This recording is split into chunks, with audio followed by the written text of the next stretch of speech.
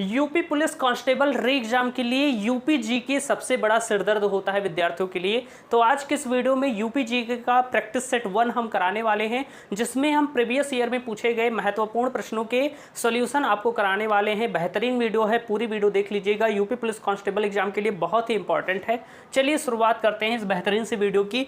पहला प्रश्न आप देखेंगे, पहला प्रश्न कह रहा है कि यूपी में राज्य ललित कला अकादमी के प्रथम अध्यक्ष कौन थे। प्रश्न पूछा गया है कि उत्तर प्रदेश में राज्य ललित कला अकादमी के प्रथम अध्यक्ष कौन थे। ऐसे प्रश्न कई बार पूछे जा चुके हैं यूपी पुलिस कांस्टेबल एग्जाम में। इसके राइट आंसर की बात करें तो यहाँ पर 4 ऑप्शन दिए गए हैं। ऑप्शन ए कह रहा है डॉक्टर संपूर्णानंद, बी कह रहा है पंडित विष्णु नारायण भारतखंडे, ऑप्शन सी कह रहा है दोस्तों भारतेंदु हरिश्चंद्र और ऑप्शन डी कह रहा है गोविंद वल्लभ पंत। अगर हम राइट आंसर की बात करें तो यहाँ पर राइट आंसर होगा डॉक्टर संपूर्णानंद, क्योंकि यूपी में राज्य ललित कला अकादमी के प्रथम अध्यक्ष कौन थे, डॉक्टर संपूर्णानंद थे। अगर हम बात करें कि राज्य ललित कला अकादमी की स्थापना कब हुई थी, आप लिखेंगे कि यूपी में राज्य ललित कला अकादमी की राज्य ललित कला अकादमी ललित कला अकादमी की स्थापना कब हुई थी। तो अकादमी की स्थापना आप लिखेंगे, यहाँ पर आप लिख लीजिएगा स्थापना। तो इसकी स्थापना में बात करूँ प्यारे साथी, तो आप लिखेंगे इसकी स्थापना 1962 में हुई थी। कब हुई थी, तो 1962 में हुई थी राज्य ललित कला अकादमी की स्थापना। ओके, अब इसके बाद अगर हम बात करें कि कुछ और चीज़ों के बारे में, तो डॉक्टर संपूर्णानंद कौन थे अगर पूछा जाए तो ये उत्तर प्रदेश के सेकेंड सीएम थे। तो आप लिख लीजिएगा ये यूपी के सेकेंड सीएम थे, यानी कि द्वितीय मुख्यमंत्री थे उत्तर प्रदेश के। इसके बाद अगर मैं बात करूं तो आपसे एक प्रश्न और पूछा जा सकता है परीक्षा में कि डॉक्टर संपूर्णानंद विश्वविद्यालय कहां पर स्थित है। डॉक्टर संपूर्णानंद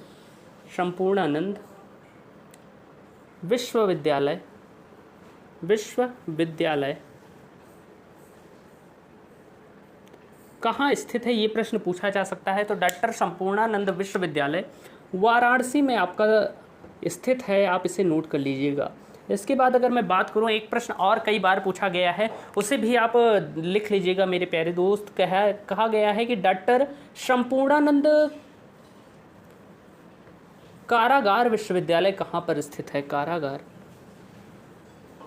विश्वविद्यालय कहाँ पर स्थित है, विश्वविद्यालय कहाँ पर स्थित है। कभी आपसे अगर ये प्रश्न पूछा जाता है तो आप बताएंगे कि डॉक्टर संपूर्णानंद विश्वविद्यालय जो है वो वाराणसी में है, और जो आपका कारागार विश्वविद्यालय है वो लखनऊ में स्थित है। कहाँ पर स्थित है, तो लखनऊ में स्थित है। तो इतनी चीज़ें आपको क्लियर हो गई होंगी दोस्त कि यूपी में राज्य ललित कला अकादमी के प्रथम अध्यक्ष कौन थे, तो वो थे डॉक्टर संपूर्णानंद। ये उत्तर प्रदेश के दूसरे चीफ मिनिस्टर थे, मुख्यमंत्री थे। अच्छा, आपसे कभी पूछे कि यूपी में राज्य ललित कला अकादमी की स्थापना कहाँ पर हुई या कब हुई, तो 1962 में हुई। आपसे पूछे कि डॉक्टर संपूर्णानंद विश्वविद्यालय कहाँ पर स्थित है, तो आप बताएंगे वाराणसी में स्थित है। अच्छा, मैं बात करूं डॉक्टर संपूर्णानंद कारागार विश्वविद्यालय कहाँ पर स्थित है, तो लखनऊ में स्थित है। ये बातें आप ध्यान रखेंगे।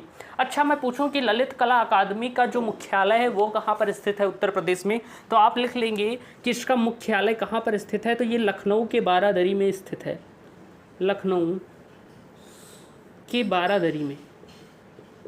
बारादरी में इसका मुख्यालय स्थित है। तो ये बातें हो गई। अब हम प्रश्न संख्या 2 की ओर चलते हैं। अगला प्रश्न कह रहा है कि उत्तर प्रदेश के किस जनपद में सबसे कम मेले कहाँ लगते हैं, यानी कि कौन सा ऐसा जिला है जहाँ सबसे कम मेले लगते हैं इनमें से। ऑप्शन ए कह रहा है वाराणसी, बी कह रहा है पीलीभीत, और सी कह रहा है महोबा, और ऑप्शन डी कह रहा है मथुरा। इसके राइट आंसर की बात करें तो सबसे कम मेले आपको जहां पर देखने को मिलते हैं वो है पीलीभीत। ऑप्शन नंबर बी आपका एकदम राइट होगा, ये बात आप ध्यान रखिएगा। अच्छा, मैं बात करूं कि सबसे ज़्यादा मेले कहां पर लगते हैं, तो आप लिखेंगे सबसे ज़्यादा यूपी में सबसे ज़्यादा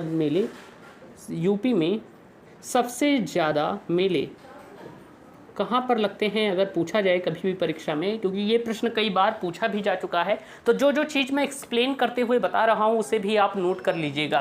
तो उत्तर प्रदेश में सबसे ज़्यादा मेले मथुरा में लगते हैं। बात करी जाए कि कितने मेले लगते हैं वर्ष भर में, तो लगभग 86 मेले लगते हैं मथुरा में, और इससे ये बन जाता है यूपी का सबसे ज़्यादा मेला लगने वाला जिला। मथुरा बन जाता है। अच्छा, कभी आपसे पूछा जाए कि पीलीभीत, तो आपसे कभी भी पूछा जाए कि उत्तर प्रदेश का छोटा पंजाब किसे कहते हैं, तो वो है पीलीभीत। तो आप लिख लीजिएगा, यूपी का छोटा पंजाब किसे कहा जाता है, कभी भी पूछा जाए तो यूपी का छोटा पंजाब किसे कहते हैं, तो यूपी का छोटा पंजाब हम कहते हैं पीलीभीत को। पीलीभीत को कहते हैं यूपी का छोटा पंजाब। अच्छा, हाल ही वर्षों में एक प्रश्न पूछा गया था कि पीलीभीत का ओडीओपी जो प्रोडक्ट है वो कौन सा है। तो आप लिख लीजिएगा कि जो आपका पीलीभीत है, तो आप लिखेंगे पीलीभीत का ओडीओपी, जिसका फुल फॉर्म होता है वन डिस्ट्रिक्ट वन प्रोडक्ट, का जो प्रमुख उत्पाद है, का प्रमुख उत्पाद जो है, या ऐसा हम मान सकते हैं जो वन डिस्ट्रिक्ट वन प्रोडक्ट जो मुहिम भारत सरकार के द्वारा, या आप कह सकते हैं उत्तर प्रदेश गवर्नमेंट के द्वारा उत्तर प्रदेश में चलाई गई है। इसका मुख्य उद्देश्य क्या है कि जिस जिले की प्रमुख चीज़ क्या है उसे वो वन डिस्ट्रिक्ट वन प्रोडक्ट के रूप में मतलब समर्थन दिया जाता है कि ज़्यादा उस पर काम हो। तो या हम कह सकते हैं कि ज़िले में जो मुख्य रूप से मिलता है, जैसे कि कई चीज़ें जहाँ की फेमस होती हैं एक तरीके से, तो वैसे अगर हम बात करें कि पीलीभीत की सबसे फेमस चीज़ जो है वही शामिल की गई है ओडीओपी का प्रमुख उत्पाद में, और वो कौन सी है, तो आप लिखेंगे वो है बांसुरी, क्योंकि जो यूपी में बांसुरी बनती है वो पीलीभीत में सबसे ज़्यादा बनती है, और ओडीओपी के लिए इसी को क्या किया गया है, शामिल किया गया है वन डिस्ट्रिक्ट वन प्रोडक्ट में। तो ये बातें आपको समझ में आई होंगी। अब हम अगला प्रश्न नोट कर लेंगे, और तीसरा प्रश्न आपके सामने है, चलिए देखते हैं। तीसरा प्रश्न कह रहा है कि निम्न में से कौन सा यूपी का शास्त्रीय नृत्य है, यानी इसमें क्लासिकल डांस के बारे में पूछा गया है कि उत्तर प्रदेश का शास्त्रीय नृत्य कौन सा है। अधिकतर स्टूडेंट्स इसका आंसर जानते होंगे। अगर हम बात करें तो उत्तर प्रदेश का शास्त्रीय नृत्य कौन सा होगा, इसमें ऑप्शन है कथकली, भांगड़ा, कथक, कुचिपुड़ी। तो इसमें राइट आंसर होगा कथक। आप सभी को पता भी होगा कि उत्तर प्रदेश का जो शास्त्रीय नृत्य है वो कौन सा है, वो है कथक। कथक कहा गया है इसे, या कहीं कहीं से कथक भी लिखा हुआ होता है, कथक। ओके, तो जो यूपी का शास्त्रीय नृत्य है वो कौन सा है, वो कथक है।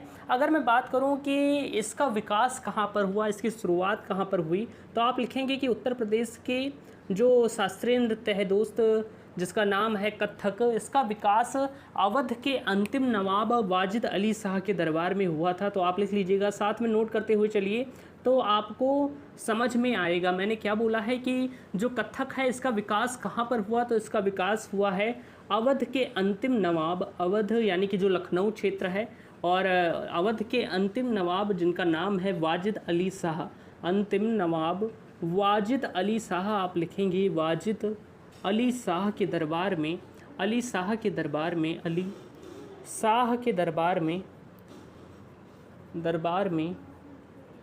कथक का विकास हुआ, कथक का विकास हुआ। ओके, तो आपसे कभी भी पूछा जाए कि इसका विकास, जो उत्तर प्रदेश का शास्त्रीय नृत्य यानी कि क्लासिकल डांस है, इसका विकास कहाँ पर हुआ, तो ये हुआ था अवध के अंतिम नवाब वाजिद अली शाह के दरबार में। अच्छा, पूछा जाए, कभी कभी पूछ लिया जाता है कि इस नृत्य का घराना कौन सा है, तो इसके दो प्रमुख घराने हैं, वो कौन कौन से हैं आप नोट कर लीजिएगा। इनके प्रमुख, कथक नृत्य का प्रमुख घराना कौन सा है, जगह कम है तो मैं यहाँ पर लिख लेता हूँ। दो प्रमुख घराने हैं, पहला आपका लखनऊ घराना है, जो प्रमुख है आप लिख लेंगे लखनऊ घराना, और दूसरा है वाराणसी घराना, वाराणसी घराना प्रमुख है। ये दोनों घराने हैं, इन्हें आप नोट कर लीजिएगा, किसके, कथक नृत्य के।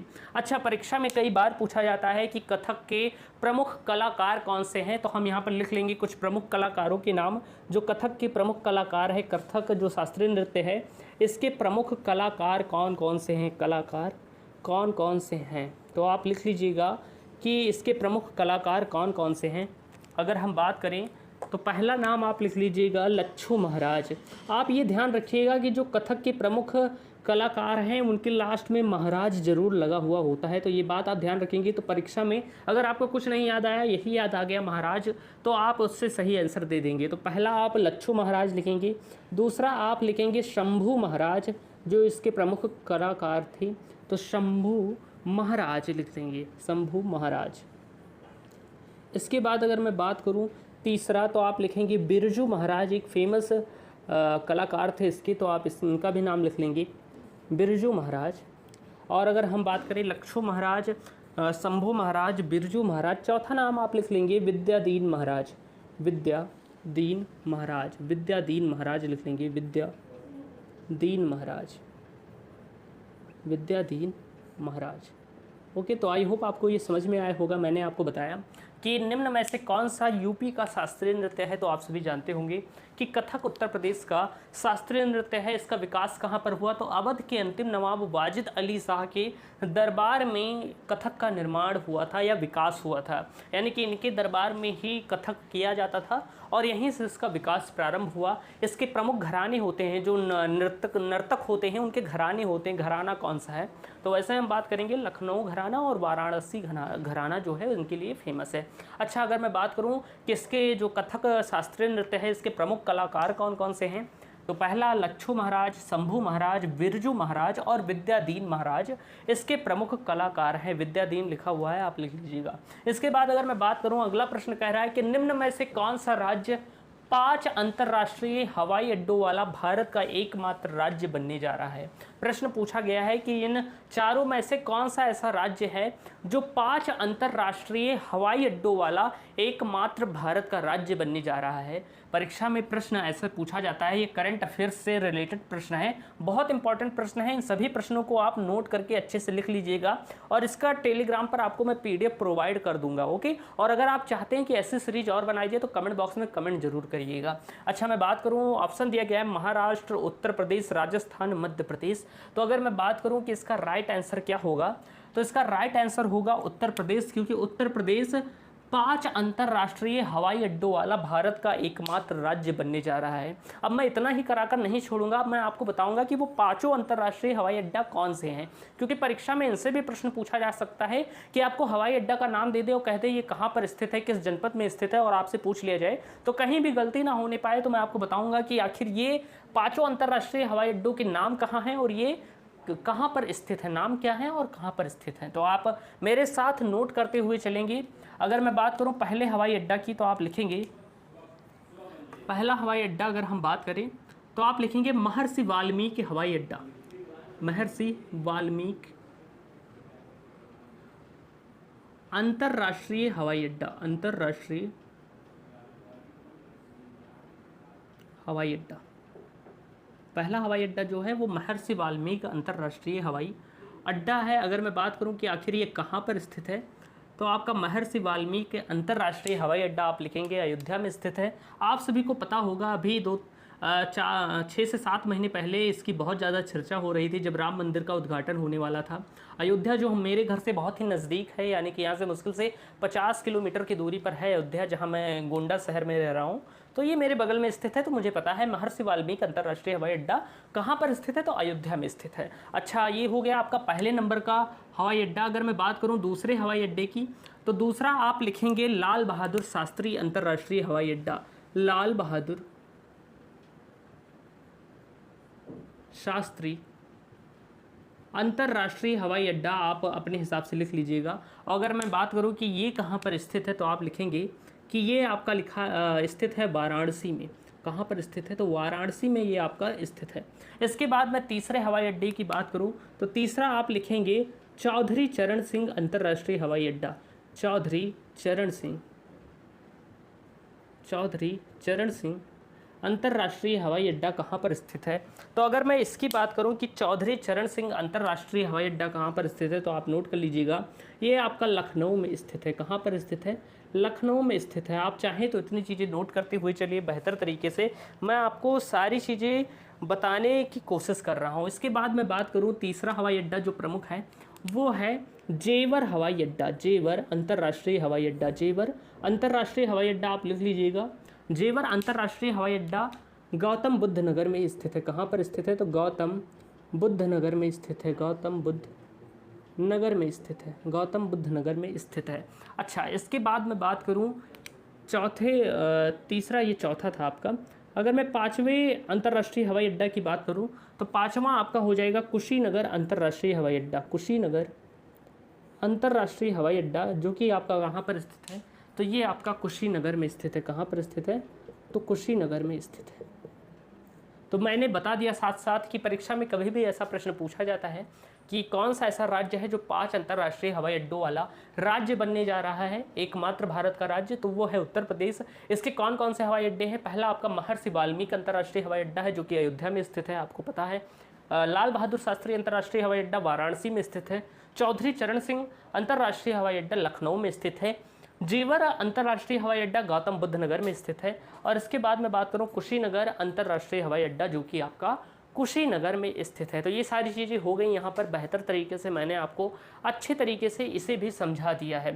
तो आई होप आज की ये वीडियो पसंद आई होगी, क्योंकि आज मैं 4 ही क्वेश्चन सॉल्व करा रहा हूँ। अगर आप चाहते हैं, एक बात आप नोट कर लीजिए, अगर आप चाहते हैं कि ये सीरीज कंटिन्यू रखी जाए तो प्लीज़ कमेंट जरूर कर दीजिएगा, जिससे मैं अगली वीडियो से 10-10, 15-15 क्वेश्चन आपके लिए सॉल्व कराऊँ बेहतरीन तरीके से। अगर आप देखेंगे तभी मैं इसे बनाने वाला हूँ। बहुत सारे स्टूडेंट्स को कहना था कि सर आप इसे भी पढ़ाइए, तो मैंने आज बनाया है सिर्फ डेमो के लिए 4 क्वेश्चन आपको बता दिए हैं।